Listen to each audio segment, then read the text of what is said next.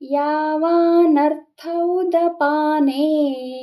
सर्वतः सम्प्लुतोदके तावान् सर्वेषु वेदेषु బ్రాహ్మణస్య విజానతః. భావము: అన్ని వైపులా జలములతో నిండి ఉన్న మహాజలాశయము అందుబాటులోనున్నవానికి చిన్న చిన్న జలాశయముల వలన ఎంత ప్రయోజనమో, పరమాత్మ ప్రాప్తి నంది పరమానందమును అనుభవించు బ్రహ్మజ్ఞానికి వేదముల వలన అంతయే ప్రయోజనము అని శ్రీకృష్ణ భగవానుడు అర్జునుడితో పలికెను. కర్మణ్యేవాధికారస్తే మా ఫలేషు కదాచన మా కర్మఫలహేతుర్భూః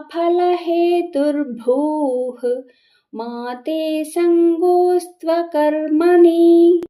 భావము: కర్తవ్య కర్మమునాచరించుటయందే నీకు అధికారము కలదు.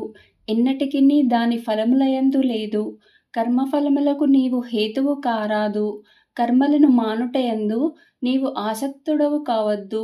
అనగా ఫలాపేక్ష రహితుడవై కర్తవ్య బుద్ధితో కర్మలనాచరింపుము అని శ్రీకృష్ణ భగవానుడు అర్జునుడితో పలికెను.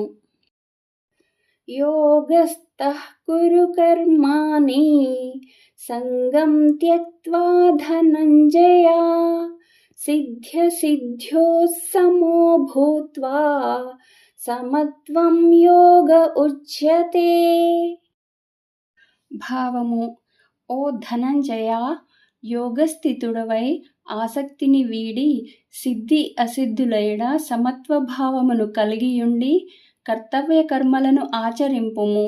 ఈ సమత్వ భావమునే యోగమందురు అని శ్రీకృష్ణ భగవానుడు అర్జునుడితో పలికెను.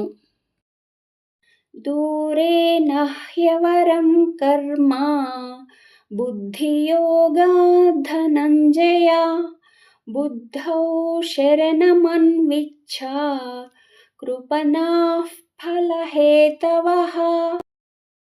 భావము: ఈ సమత్వ బుద్ధి యోగము కంటెను సకామ కర్మ మిక్కిలి నిమ్న శ్రేణికి చెందినది. కావున ఓ ధనంజయ, నీవు సమత్వ బుద్ధి యోగమునే ఆశ్రయింపుము. ఏలననగా ఫలాసక్తితో కర్మలు చేయువారు అత్యంత దీనులు కృపణులు అని శ్రీకృష్ణ భగవానుడు అర్జునుడితో పలికెను.